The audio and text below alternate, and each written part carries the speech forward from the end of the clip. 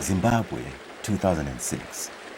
No water in the taps, but people take advantage of a burst water main in the capital city, Harare. No affordable food in the shops. The sweepings from the road might provide something to stave off the hunger. Constant electricity cuts, and people gather twigs from the bush and cook in the open.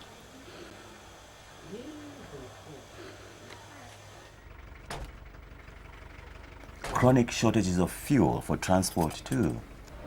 Queues stretching out for days on end.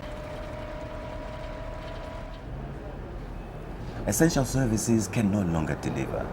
There are queues for everything. And after that, more queues.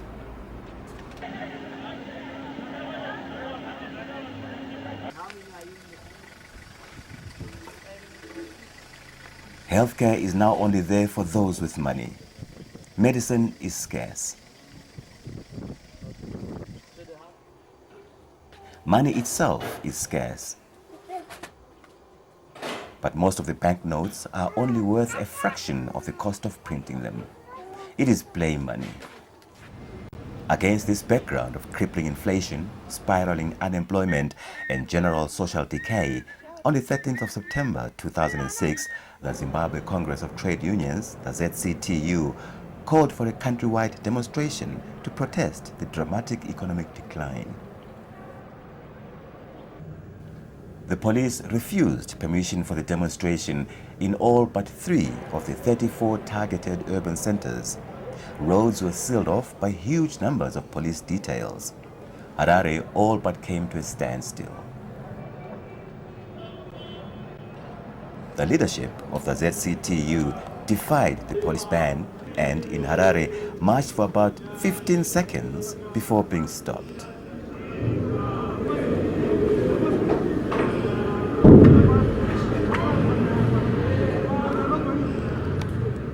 What happened next stunned those who witnessed it and later shocked the world as the news broke of the union boss's arrest and later brutal torture in police custody. Even allowing for the fact that the police officers involved assumed they had also arrested the only press cameraman in the area, the question remains, does the Zimbabwe Republic Police anymore consider itself a professional force there to uphold the law? And from whom does its members take orders when acting with such impunity?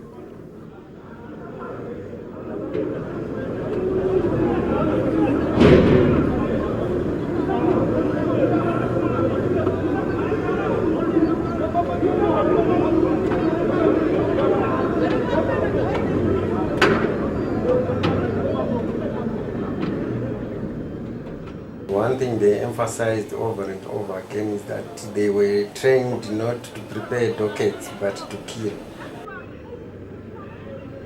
And they also stated that this country came after a lot of people had died, and therefore for it to change hands, people have to die first.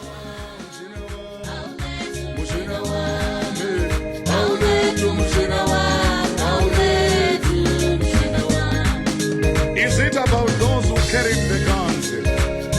What of those who were not yet born? Those of us who were even too young to go and fetch firewood? What is a patriot? What is patriotism? Is it a title or an honor? Who are the sellouts? Who are the enemies of the state? Who are the unpatriotic citizens? What is patriotism? What is patriot?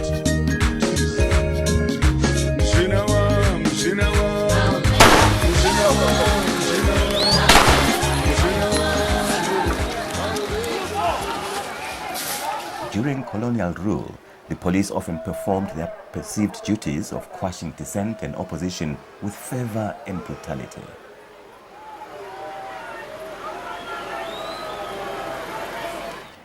Since independence, this has not always been the case.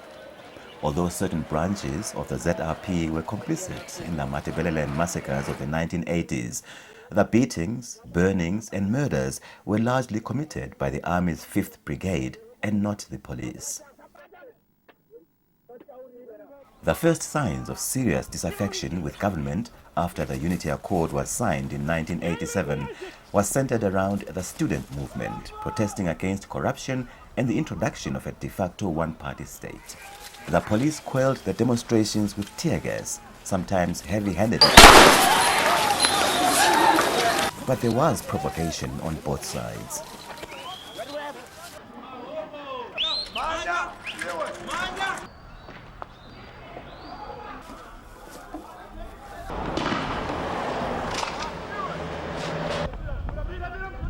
Demonstrations and strikes, protesting a harshening economic climate under the Structural Adjustment Program, were seen throughout the early 90s. Some were allowed, others were quickly put down. None could be described as brutal, although tear gas was increasingly becoming the ZRP's weapon of choice.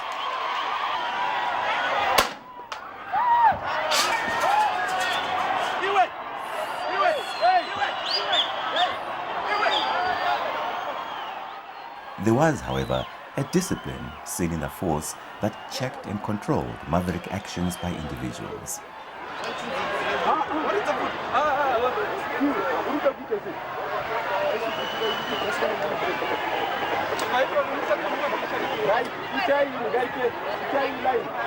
Do another line, form another line.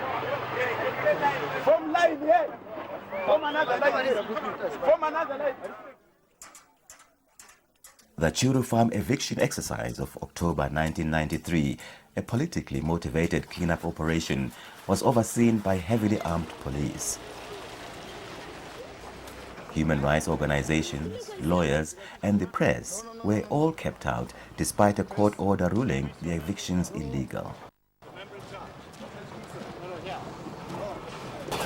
These people are represented.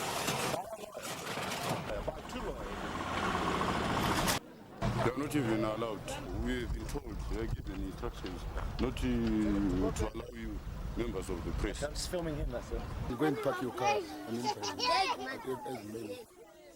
But the Minister of Home Affairs, Tumiso Tabengwa, was at pains to deny police involvement.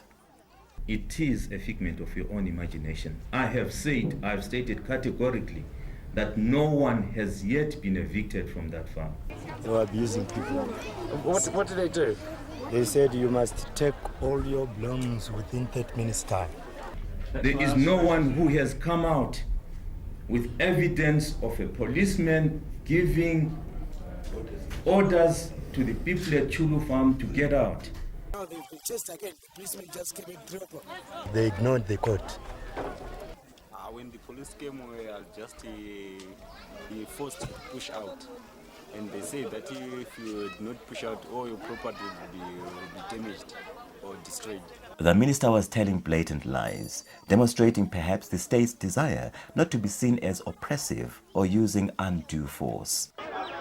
But demonstrations, mainly by students, were on the whole allowed to go ahead, tolerated by the police, albeit in increasingly large numbers.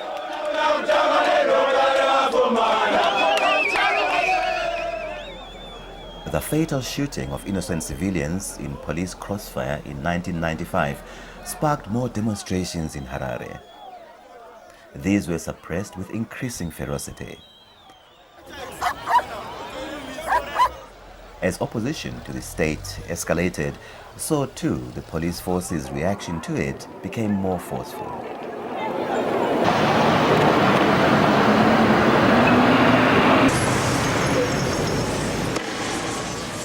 As the 90s progressed and the economy weakened further, Zimbabwe experienced an upsurge of civic unrest.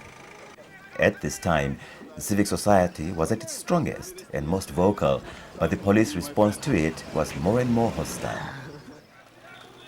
By the time the National Constitutional Assembly, the NCA, an amalgamation of civics, unions and churches, was launched in 1998, huge numbers of people from all social groupings were ready to take to the streets. Sometimes with an orderly police escort, people were allowed to march and the press was allowed to do its job. But it was becoming obvious that the state was growing more uneasy with the concepts of freedom enshrined in the constitution. Hostility between the people and the police increased. Of course, he's only doing his job, but following orders blindly is no defense. Tell them to go. Demonstrations and marches became destined not to go ahead without a struggle, and the police routinely acted in defiance of legitimate court orders.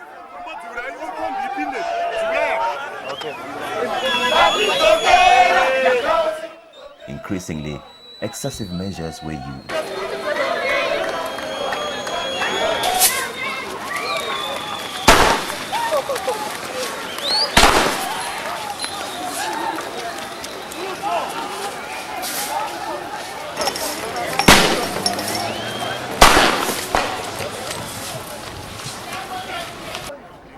Things came to a head on April the 1st, 2000. The government had lost the referendum vote on a new constitution. The first of the illegal and often violent farm invasions had begun, sanctioned by the government and watched over but not stopped by the police.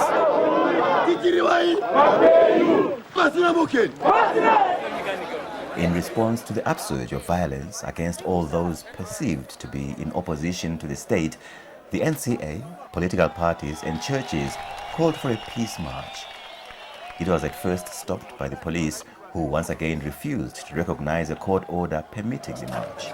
We've just given that gentleman, Mr. Mtukwa, the order which he threw on the ground. As far as we are concerned, he has been given that order. 2 people were arrested in defiance of the courts, but the march eventually got off to a start 2 hours late.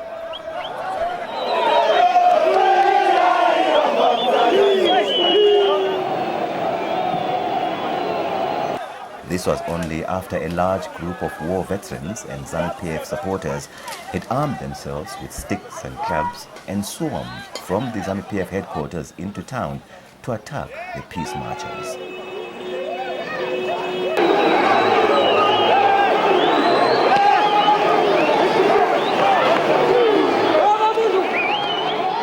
The police did nothing to stop the ensuing street battle, apart from to tear gas the peace marchers. Indeed, they appeared to have delayed the start of the march to make sure that the ZANU contingent was ready. Plenty of people were arrested that day, everyone a participant of the peace march. Not one of the attackers was arrested, even though some had inflicted serious injuries.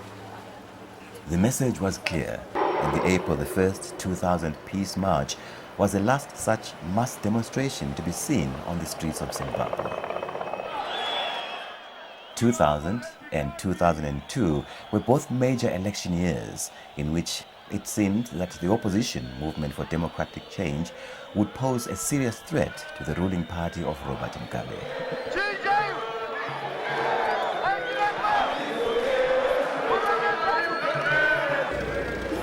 During both campaigns, scores of instances of brutal criminal violence and even the murder of opposition activists went uninvestigated by the police. Trimo Midzi, a youth leader in Bindura, was just one such case.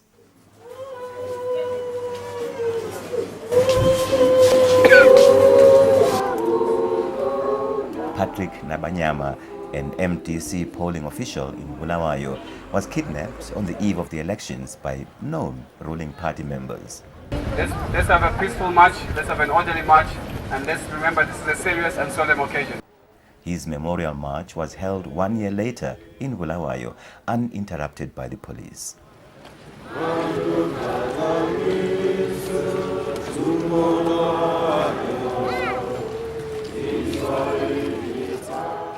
Patrick Nabanyama's body was never found. The suspects were pardoned of kidnapping by presidential amnesty. As there was no body, murder charges were dropped.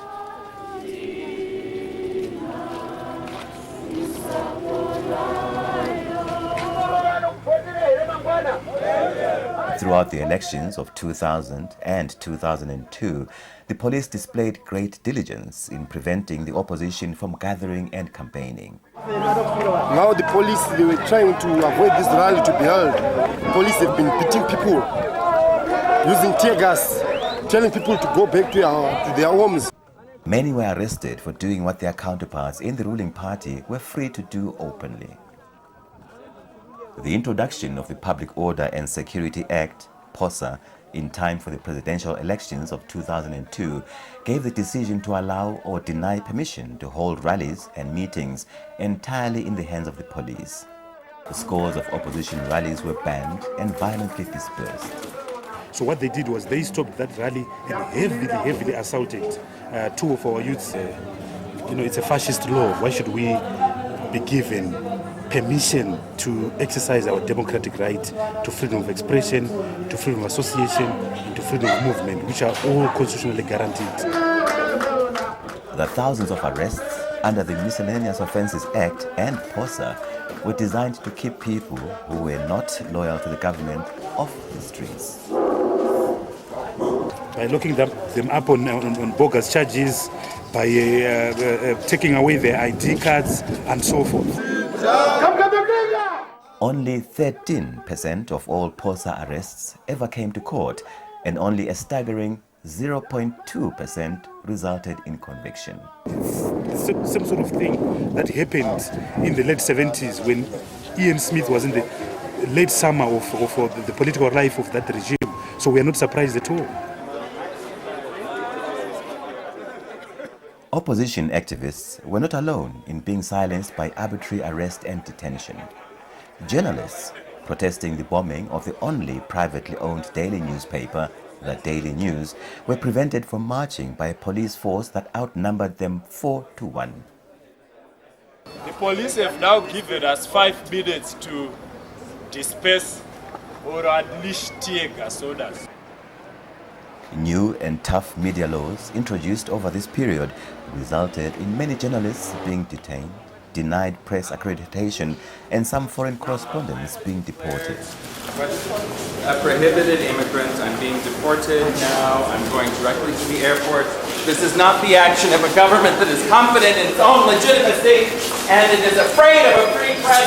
Where's my lawyer?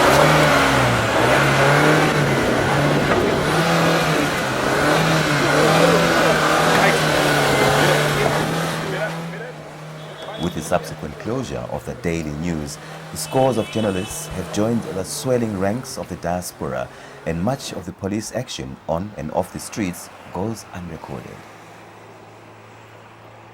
2003 saw several attempts at civic society actions, but the police set the tone for the year in January when a seemingly innocuous meeting between the elected mayor of Harare and residents to discuss the city's water problems resulted in a